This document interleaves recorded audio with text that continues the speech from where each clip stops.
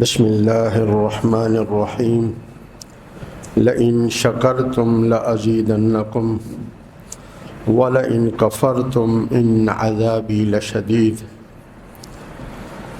وقال اللہ تبارک وتعالی وإذا أردنا أن نهلك قرية أمرنا مترفيها ففسقوا فيها فحق عليها القول فدمرناها تدميرا وقال الله تبارك وتعالى له معقبات من بين يديه ومن خلفه يحفظونه من أمر الله إن الله لا يغير ما بقوم حتى يغيروا ما بأنفسهم وَإِذَا أَرَادَ اللَّهُ بِقَوْمٍ سُوءًا فَلَا مَرَدَّ لَهُ وَمَا لَهُم مِّن دُونِهِ مِن وَالٍ وقال الله تبارك وتعالى ذلك بأن الله لم يكن مغيرا نعمة أنعمها على قوم حتى يغيروا ما بأنفسهم وأن الله سميع عليم صدق الله وصدق رسوله النبي الكريم الأمين حق تعالی جل جلالہ کا بے حد فضل احسان کرم ہے۔ آج ایک طویل عرصہ جو مسلمان غلامی کی زندگی بسر کر رہے تھے، آج ہماری آزادی کو 78 سال ہو گئے ہیں۔ دنیا میں ظاہری نعمتوں میں سب سے بڑی نعمت آزادی ہے، اور باطنی نعمتوں میں سب سے بڑی نعمت ایمان ہے۔ باطنی نعمتوں میں سب سے بڑی نعمت ایمان ہے، اور اجتماعی ظاہری نعمتوں میں سب سے بڑی نعمت آزادی ہے۔ میں نے آپ کے سامنے 4 آیتیں تلاوت کی ہیں، انہی کی روشنی میں چند باتیں اختصار سے عرض کروں گا۔ سب سے پہلے اللہ رب العالمین کا یہ دستور ہے کہ نعمت دیتے ہوئے یہ نہیں دیکھتے یہ فرمانبردار ہے یا نافرمان ہے، اپنا ہے پرایا ہے، نعمتیں دیتے ہیں اور اکثر پرایوں کو زیادہ ہی دے دیتے ہیں۔ نعمتیں دیتے وقت میں اور آپ دیکھتے ہیں میرا اس سے تعلق کتنا ہے۔ رب العالمین دنیا کی نعمتیں دیتے ہوئے اس کو نہیں دیکھتے۔ وہ بادشاہ ہیں، اور ایسے بادشاہ ہیں جنہیں ماضی حال مستقبل سب پتہ ہے، لیکن پہلے بتاتے نہیں ہیں کہ نعمت انعام کے طور پہ دے رہا ہوں یا امتحان کے طور پہ دے رہا ہوں۔ دیتے وقت یہ نہیں بتاتے انعام کے طور پہ دے رہا ہوں یا امتحان کے طور پہ دے رہا ہوں، دے دیتے ہیں۔ یہ پھر بندے کے ظرف پر انحصار ہے، وہ اسے انعام سمجھ کر اس کو استعمال کرتا ہے یا اپنی مرضی سے اور بغاوت اختیار کرتا ہے۔ اتنی بات ضرور ہے، کائنات کا ہر فرد، کائنات کی ہر چیز، کائنات کا ہر ذرہ، ہر پتا وہ میرے رب کی نعمتوں سے مالا مال ہے۔ ہر چیز کا وجود میرے رب کی مرہون منت ہے۔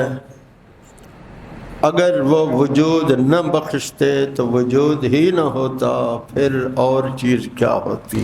میرے پیارو، سب سے پہلے اللہ نے ہمیں جو سر سے پاؤں تک جسم دیا ہے، پھر ہمیں سید الانبیاء، امام الانبیاء، خاتم الانبیاء صلی اللہ زور سے کہہ دیجئے، ایک بار اور محبت سے کہہ دیجئے صلی اللہ علیہ وآلہ وسلم سے جو نسبت عطا فرمائی ہے، یہ بڑی عجیب نعمت ہے۔ آج مجھے آپ کو اس کا پتہ نہیں چلتا، قبر میں جا کے پتہ چلے گا، پھر حشر میں پتہ چلے گا۔ اللہ ہمیں اس کی قدر کی توفیق عطا فرمائے۔ اللہ نے ہمیں جو سر سے پاؤں تک 360 جوڑوں والا اور جس میں سینکڑوں خون کی نالیاں، پانی کی نالیاں، خوراک کی نالیاں چل رہی ہیں، اور پھر یہ سارا نظام انہی کی قدرت سے ہی چل رہا ہے، میرا آپ کا اس میں کوئی دخل نہیں ہے۔ یہ انہی کی سانس کا اندر جانا بھی میرے رب کی قدرت سے ہے، باہر آنا بھی میرے رب کی قدرت سے ہے۔ یہ خون کی نالیوں میں خون کی گردش کرنا یہ میرے رب کی قدرت سے ہے۔ ایک انسان ہونے کے ناطے ہر انسان کو اس عظیم نعمت کا شکر ادا کرنا چاہیے، اور ہم تو پھر صرف انسان نہیں ہیں، ہم تو اس انسان کے ماننے والے ہیں جس کے ناطے سے ساری انسانیت کو انسانیت دی گئی ہے۔ ہم تو اس پیارے حبیب کے ماننے والے ہیں جن کی نسبت سے انسانوں کو انسانیت ملی ہے۔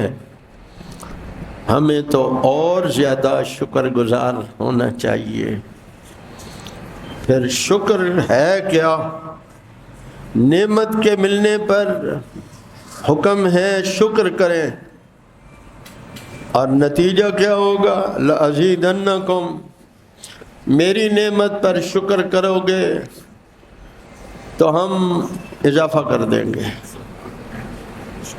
نعمت کی کوانٹٹی میں بھی اضافہ ہوگا، نعمت کی کوالٹی میں بھی اضافہ ہوگا۔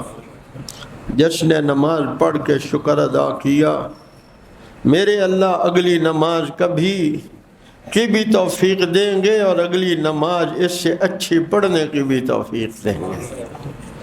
جس نے رب کی راہ میں وقت لگا کر، مال لگا کر، جان لگا کر، اولاد لگا کر، صلاحیتیں لگا کر شکر ادا کیا، میرے رب اسے نعمتیں دیں گے بھی صحیح، اور آئندہ ان نعمتوں کو اچھی جگہ لگانے کی بھی توفیق اور سمجھ عطا فرمائیں گے۔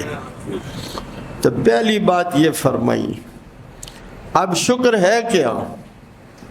یہ جو ہم 78 سال گزرنے پر خوشی منا رہے ہیں، اسلام میں صرف خوشی نہیں ہے، ہم مسلمان ہیں، ہم نے یہ ملک کلمے کے نام پہ بنایا ہے۔ اسلام میں صرف خوشی نہیں ہے، اسلام میں شکر ہے، اور وہ شکر اس خوشی کی علامت ہے، وہ شکر اس خوشی کی نشانی ہے، وہ شکر اس نعمت کا نتیجہ ہوتا ہے۔ ہم کیا کر رہے ہیں؟ شکر کی پہلی بات یہ ہے، زبان سے کہے میرے اللہ کا شکر ہے۔ جس بندے نے کسی نعمت پر 3 بار کہا الحمدللہ الحمدللہ الحمدللہ، پھر کہا الحمدللہ رب العالمین، اس نے اس نعمت کا زبان سے شکر ادا کر دیا۔ اللہ ہمیں توفیق عطا فرمائے۔ جب بھی کوئی خوشی ملے تو یوں کہہ دیا کریں، میرے اللہ اس سے خوش ہو جاتے ہیں، کیونکہ فرشتے گواہ ہو جاتے ہیں، اللہ کی بارگاہ میں الفاظ لے جاتے ہیں، آپ کا یہ بندہ ان الفاظ میں آپ کا شکر ادا کر رہا ہے۔ پہلے نمبر پہ زبان سے شکر ادا کرنا، دوسرے نمبر پہ اس نعمت کا صحیح استعمال کرنا۔ بندے کو اللہ نے جوانی دی، طاقت دی، کہتا ہے یا اللہ تیرا شکر ہے تو نے جوانی دی ہے، لیکن اسے استعمال اللہ کے غصہ دلانے میں کرتا ہے تو یہ شکر کے خلاف ہے۔ شکر کی دوسری بات یہ ہے نعمت کو اس کا صحیح استعمال، نعمت کا استعمال کیا جائے، نعمت کا صحیح استعمال کیا جائے، یہ شکر ہے۔ وگرنہ آپ کو ایک گلاس پانی ملا، آپ نے آدھا پیا، آدھا گرا دیا، یہ ناقدری ہے نعمت کی۔ آدھا کھانا کھایا، آدھا کوڑے میں ڈال دیا، یہ ناقدری ہے۔ چیز کا استعمال جس کے لیے ملی ہے، باپ اگر اپنے بچے کو کچھ پیسے دیتا ہے، اور دے تو دیے اس نے، لیکن بیٹے سے پوچھتا ہے کہاں خرچ کیے ہیں، اس نے غلط خرچ کیے، وہی باپ جس نے خوشی سے دیا تھا آپ وہ جھاڑ پہ لاتا ہے، اور اگر اس کا بس چلے تو دو چار لگا بھی دیتا ہے۔ وہ یہ نہیں کہہ سکتا کہ یہ میرے پیسے تھے، آپ نے مجھے دے دیے، میں جہاں چاہوں اڑاؤں، نہیں۔ ایک بچہ بھی سمجھتا ہے کہ باپ کو یہ حق ہے کہ اگر اس کی دی ہوئی نعمت کو میں غلط استعمال کروں تو باپ کو ڈانٹ ڈپٹ کا، سزا دینے کا، تادیب کا حق ہے۔ ایک بندے کو کیوں نہیں سمجھ آتی کہ میرے رب کو بھی نعمت کے غلط استعمال کرنے پر مجھے گرفت کرنے کا حق ہے۔ تیسری بات، نعمت جس نے دی ہے اس کا کہا مانا جائے، جسم سے بھی پتہ چلے کہ یہ بندہ واقعی احسان مند ہے، جسم سے بھی پتہ چلے، عمل سے بھی پتہ چلے کہ یہ بندہ واقعی احسان مند ہے۔ اللہ کتابوں میں لکھے کہ اللہ والے پڑھاتے پڑھاتے حدیث پاک کھڑے ہو جاتے ہیں، پھر کھڑے ہو جاتے ہیں۔ کسی نے پوچھا آج خلاف معمول آپ بار بار کھڑے ہو جاتے تھے؟ کہا میرا ایک استاد وہاں کھیل رہا تھا، وہ جب نظر آتا تو میں ادب میں کھڑا ہو جاتا۔ کہا آپ کا کون سا استاد کھیل رہا؟ کہ ایک دن میں جا رہا تھا، یہ بچہ سامنے گلی میں اپنی ماں سے کہنے لگا میں نے بھی ساتھ جانا ہے۔ ماں نے پہلے اسے ڈانٹ ڈپٹ کی، وہ کوئی نہ مانا، پھر ماں نے اسے کچھ پیسے دینے چاہے، وہ پھر بھی کوئی نہ مانا۔ ماں نے اسے دو لگائیں، پیچھے ہٹا، پھر ماں چلی تو پیچھے سے آ کے دامن زور سے پکڑ رہا، چیخو پکار کی۔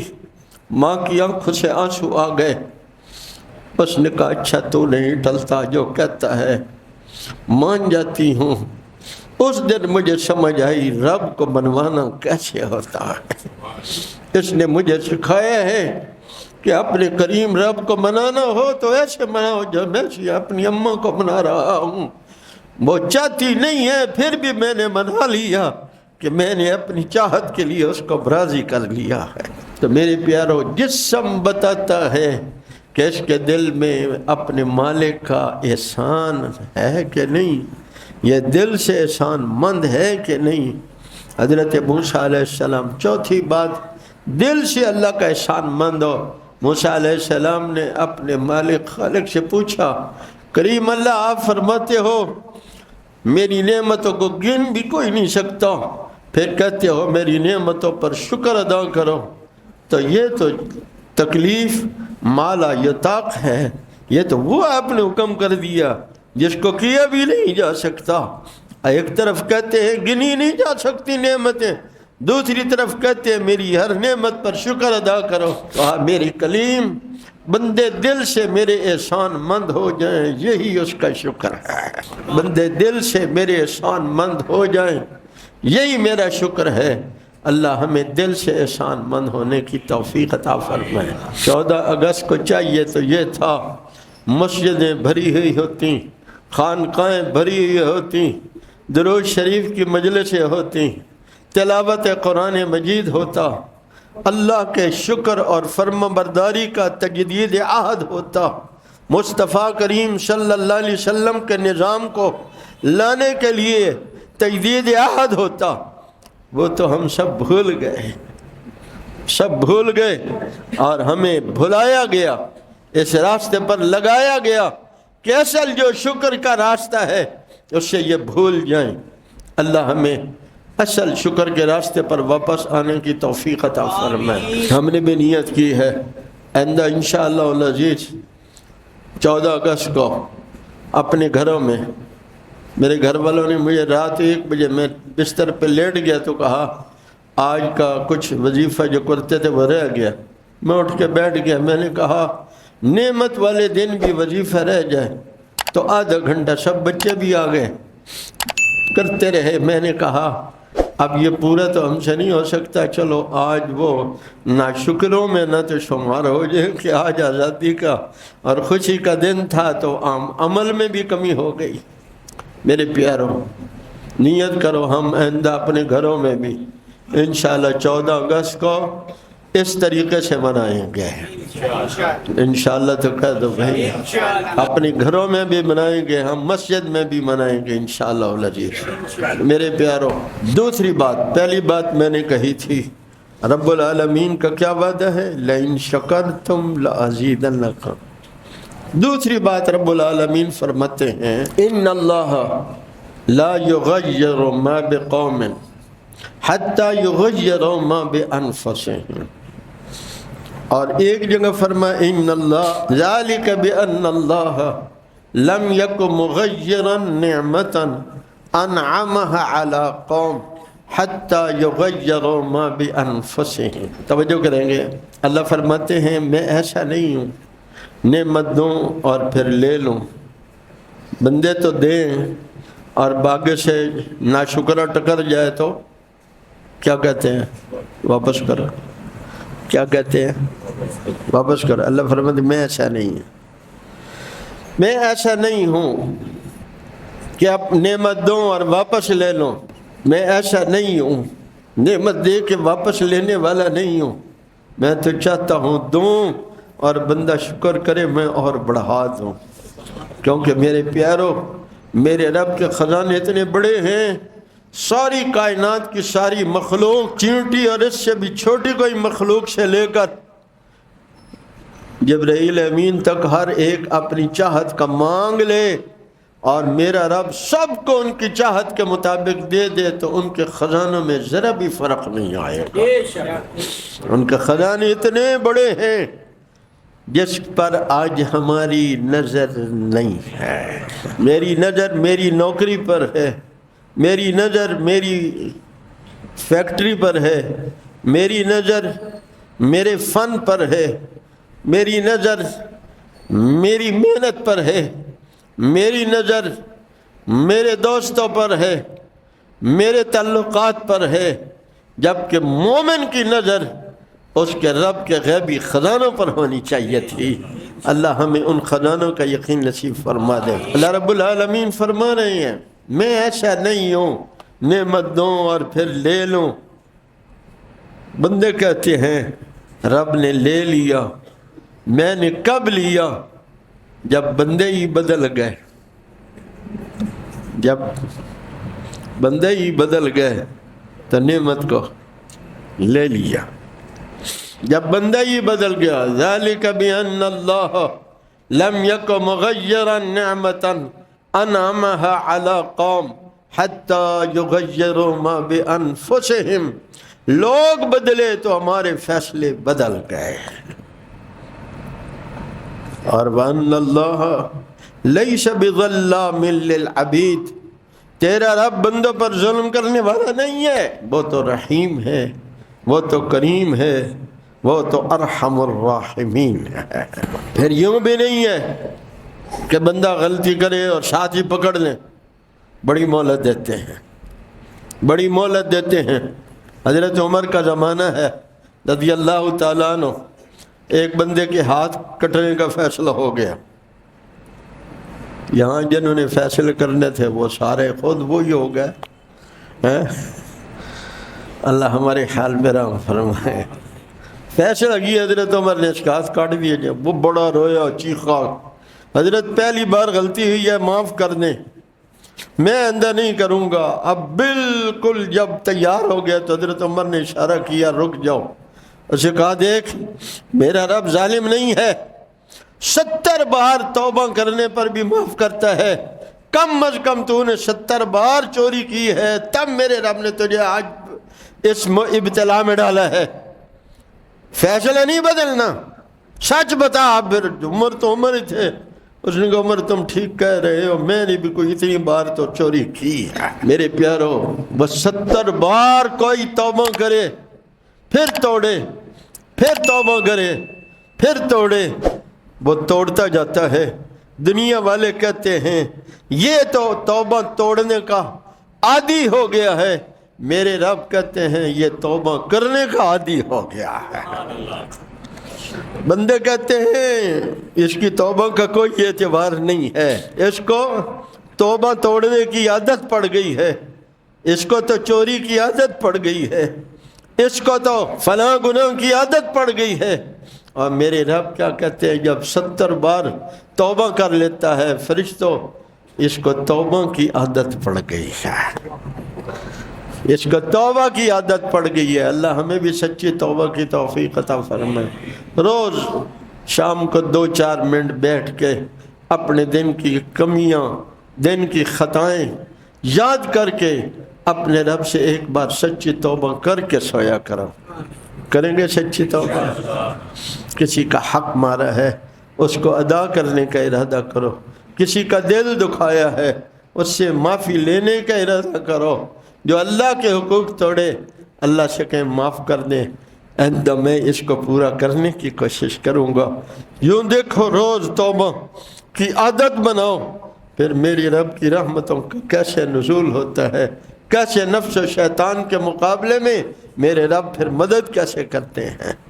تو میں عرض کر رہا تھا رب العالمین کیا فرمانے، ذالک بأن اللہ لم یک مغیرا نعمتا انعمها علی قوم حتی یغیروا ما بانفسہم۔ کسی قوم کو نعمت دے کے میں لیتا نہیں ہوں، وہ بدل جاتے ہیں تو پھر فیصلے بھی بدل جاتے ہیں۔ تیسری بات فرمائی ان اللہ لا یغیر ما بقوم حتی یغیروا ما بانفسہم۔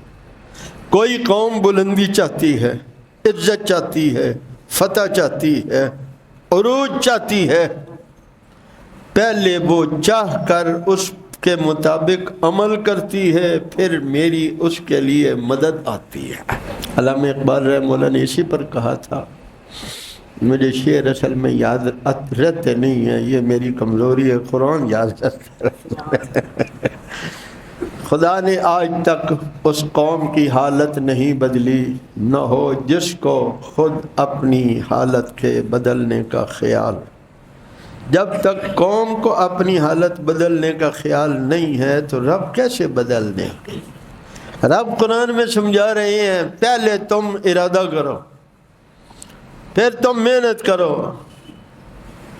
اس ارادے اور محنت کو قبول کر کے پھر دیکھنا میرے فیصلے کیسے آتے ہیں۔ نتیجہ تو دنیا میں کسی عقل مند کے ہاتھ میں نہیں ہے، بڑے سے بڑا تجربہ کار، بڑے سے بڑا ماہر، اس کے بس میں نتیجہ نہیں ہے۔ نتیجہ کس کے ہاتھ میں ہے؟ کس کے ہاتھ میں ہے؟ ہاں، ابھی ہمارے ایک دوست ہیں، وہ ہومیوپیتھک ڈاکٹر، وہ سنانے لگے اسلام آباد کے میاں بیوی دونوں ڈاکٹر ہیں، پہلے سارے علاج کرائے، پھر انہوں نے 3 بار یہ جدید طریقہ اولاد اختیار کیا، تینوں بار کامیاب ہوئے۔ چوتھی بار ڈاکٹروں نے کہا اب گنجائش ہی ختم ہو گئی ہے، میاں بھی ڈاکٹر بیوی بھی ڈاکٹر، نتیجہ کس کے ہاتھ میں ہے؟ اللہ کے ہاتھ ہے۔ لیکن ہم تو 2-3 بچے ہو جائے تو کہتے ہیں بس اب ہم نے فیصلہ کر لیا ہے۔ تو جب رب فیصلہ شروع میں کر لیتے پھر تمہارا کیا ہوتا؟ اللہ ہمارے حال پہ رحم فرمائے۔ میرے پیارے، چوتھی بات رب العالمین بندوں سے سمجھا رہے ہیں، یہ جو بگاڑ آتے ہیں یہ کیسے آتے ہیں؟ یہ جو قوموں پہ بگاڑ آتے ہیں یہ کیسے آتے ہیں؟ اس پر ایک قرآن مجید کی آیت اور ایک رسول اللہ صلی اللہ علیہ وآلہ وسلم کا پاک ارشاد سناؤں گا۔ ہمارے ہاں یہ کہا جاتا ہے یہ فلاں پولیس والا رشوت لیتا ہے، ایسا ہی ہے، فلاں ڈاکٹر صاحب جو ہیں وہ نجائز فیس لیتے ہیں۔ چھوٹے لوگوں سے ہم شروع کرتے ہیں، فلاں ایسے کرتا ہے، فلاں ایسے کرتا ہے۔ اللہ رب العالمین سورہ بنی اسرائیل کے دوسرے رکوع میں فرماتے ہیں جب قومیں بگڑتی ہیں تو زوال کہاں سے شروع ہوتا ہے؟ آپ کے ہاں یہاں ہمارے یہاں سزائیں ہیں لیکن ہیں ساری غریبوں کے لیے، امیروں کے لیے کوئی قانون نہیں ہے، بااثر لوگوں کے لیے کوئی قانون نہیں ہے۔ کبھی آپ نے کسی بااثر بندے کو سزا ہوتے دیکھا؟ سارے مل کے اس کو بچا ہی لیتے ہیں، ہاں؟ وہ چاہے کتنی قانون شکنی کر لیں۔ اللہ فرماتے ہیں وَإِذَا أَرَدْنَا أَن نُهْلِكَ قَرْيَةً، جب ہم کسی قوم کو ہلاک کرنے کا فیصلہ کر لیتے ہیں، کسی قوم کو أَن نُهْلِكَ قَرْيَةً سزا دینے کا فیصلہ کر لیتے ہیں۔ کب کرتے ہیں؟ جب بگڑتے ہیں، جب نافرمان ہوتے ہیں، تو پھر وہ نافرمانی جو ان کو اگلے درجے میں جو ہلاکت کا ذریعہ ہے وہ کب لے جاتی ہے؟ ہم کہتے ہیں یہ عوام بگڑ گئے ہیں، سارے لوگ بگڑ گئے ہیں۔ اللہ فرماتے ہیں یہ نہیں بگڑے پہلے، امرنا مترفیہا ففسقوا فیہا، جو خوش عیش لوگ ہیں، خوش عیش سمجھتے ہیں نا، بااثر لوگ ہیں، اشرافیہ ہیں جس کو آپ کہتے ہیں، پھر اشرافیہ جو ہیں ہم ان کو لگاتے ہیں، فیصلہ نہیں کرتے، اس راہ پہ انہیں لگاتے ہیں۔ امرنا مترفیہا ففسقوا فیہا، پھر وہ اللہ کی نافرمانی کرتے ہیں۔ ایک بات ذرا دل میں توجہ سے دھیان سے بٹھا لیں، قرآن حدیث یہ سمجھا رہا ہے سنوار ہمیشہ عوام سے آتا ہے، سنوار اصلاح بہتری خیر ہمیشہ عوام سے آتی ہے، اور بگاڑ ہمیشہ اشرافیہ سے آتا ہے۔ عوام کو نہیں ذمہ دار قرار دے رہا، اور یہ کیا کہتے ہیں عوام بگڑ گئی ہے، ہم بھی کیا کہتے ہیں ہم بگڑ گئے، یہ ہم آپ کو سمجھانے کے لیے کہتے ہیں کہ ہم بگڑ گئے ہیں اس لیے حکمران بگڑ گئے، نہیں، وہ بگڑے ہوئے تھے، ہم ان کو اللہ نے ہمارے اوپر مسلط کر دیا ہے، ہمارے گناہوں کی وجہ سے مسلط کر دیا ہے۔ کس قدر ظلم ہے۔ صحابہ کرام علیہ رضوان جب جاتے تھے تو وہ لوگ ان سے پوچھتے تھے آپ کیا لینے آئے ہو؟ وہ کہتے تھے بندوں کو بندوں کی غلامی سے نکال کر اللہ کی غلامی میں لینا آتے ہیں۔ وہ نہیں کہتے تھے کہ ہم تمہاری زمینوں پر قبضہ کریں گے، ہم حکومت کرنے آئے ہیں، تمہارے پاس خزانے بڑے ہیں ہم وہ لینے آئے، نہیں، ایک ہی تھا۔ کیوں آئے ہو؟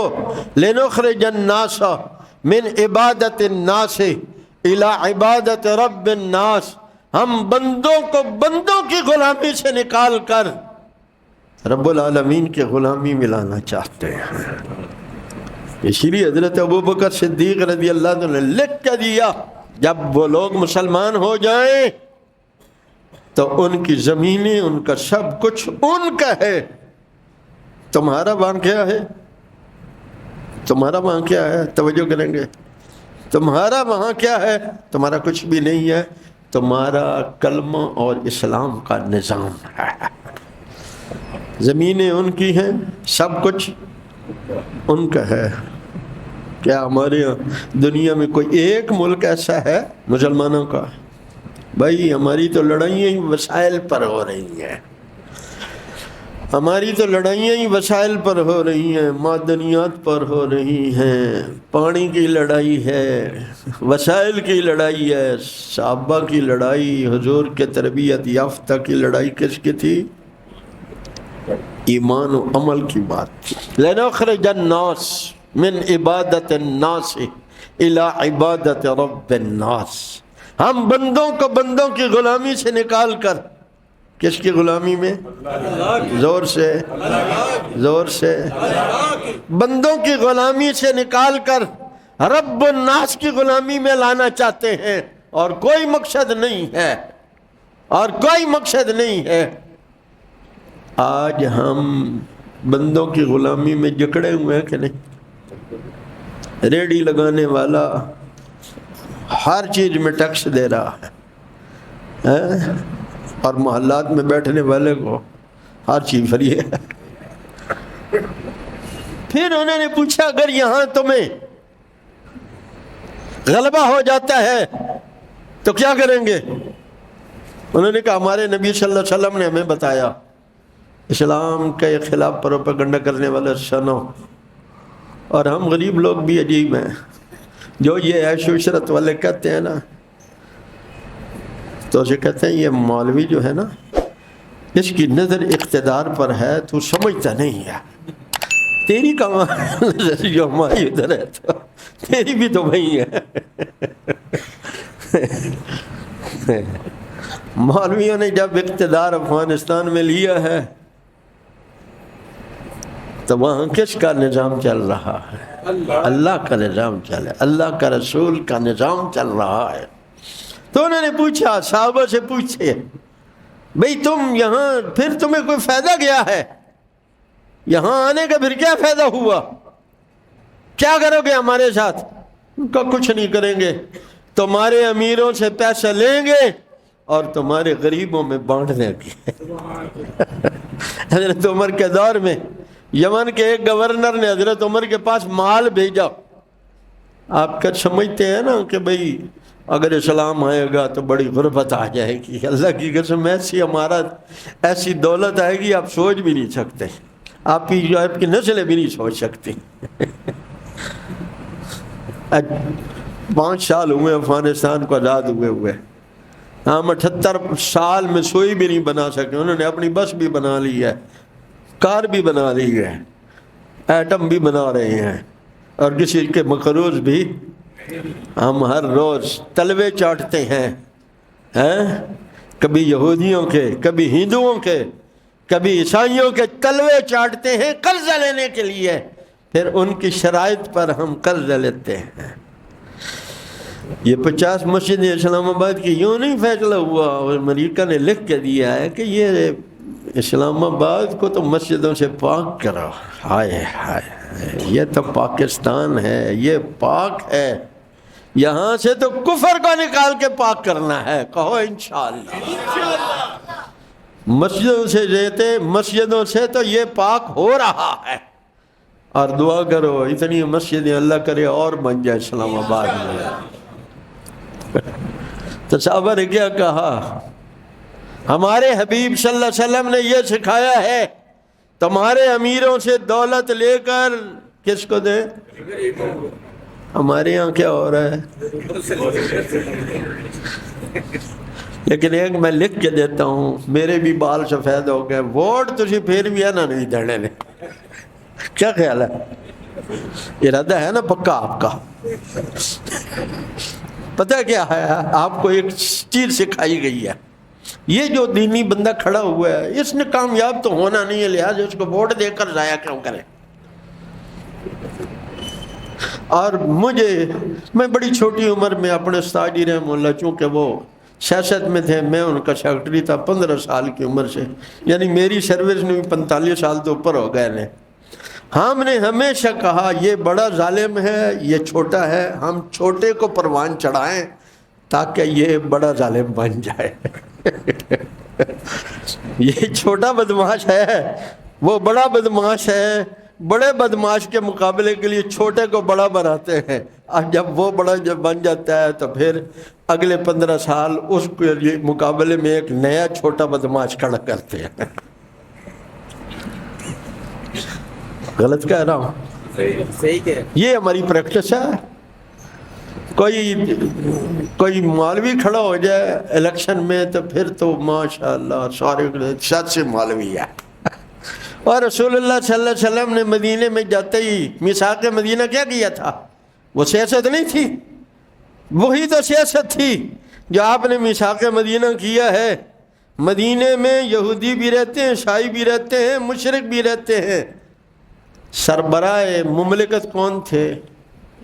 میرے حبیب صلی اللہ علیہ وسلم تھے. چیف جسٹس کون تھے؟ حضور تھے. چیف آف آرمی اسٹاف کون تھے؟ رسول اللہ صلی اللہ علیہ وسلم تھے. یہ سیاست اور کس کو کہتے ہو؟ میں ویسے آپ کو شاید میرا ارادہ نہیں ہے، کیونکہ میں آپ لوگوں کو بہت اچھی طرح آزما چکا ہوں.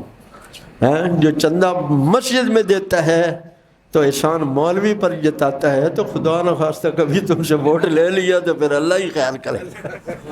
ابھی تو چندہ مسجد میں دیتا ہے اور احسان ہم پہ جتاتا ہے، اور اگر ووٹ ہم نے لے لیا تو پھر اللہ ہی خیر کرے.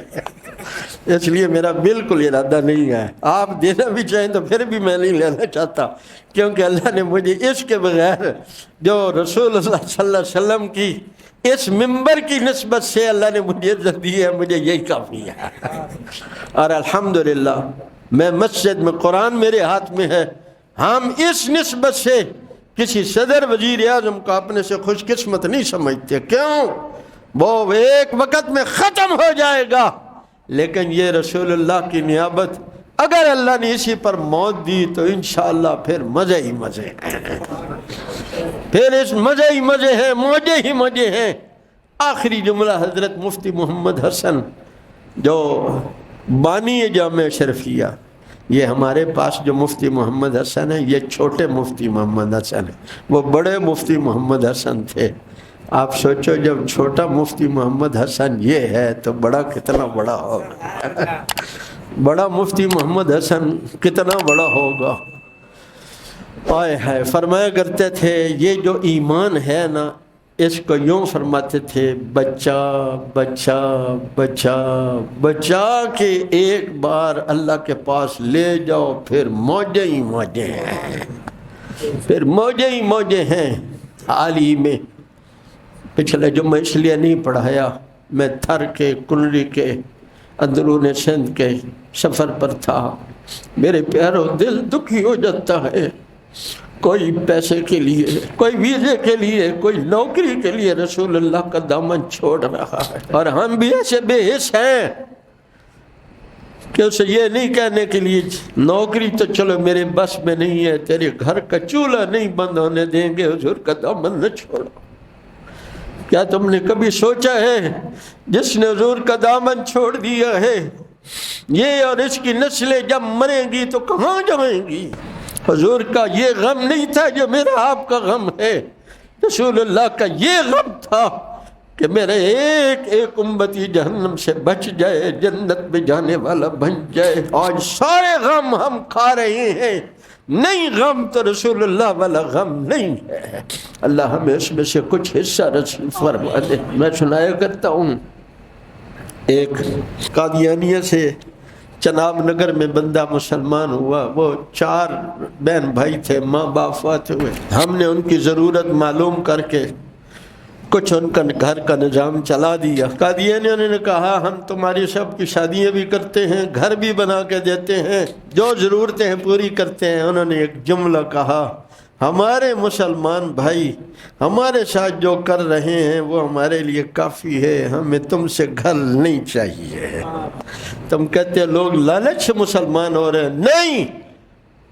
قاد الفقر ان یکفرا، فقر ایسا ہے جو کفر تک لے جاتا ہے، اور اس کفر تک لے جانے کا وہ ذمہ دار نہیں ہے، ہم ذمہ دار ہیں. نہ ہم نے اس کو ایمان کی وہ قیمت بتائی جو ایمان کی قیمت تھی، نہ ہم نے اس کی ضرورت کا خیال رکھا۔ انصار مدینہ نے ہر آنے والے صحابی کی ضرورت کا خیال رکھا تھا۔ اللہ میں حضور کے غم میں سے غم نصیب فرمائیں، حضور کی محنت میں سے کچھ حصہ محنت کا نصیب فرمائیں۔ زور اور نیت کرتے ہیں نا آپ انشاءاللہ، زور سے انشاءاللہ کہہ دو۔ وآخر دعوانا الحمدللہ۔ انوار ختم نبوت ٹرسٹ پاکستان۔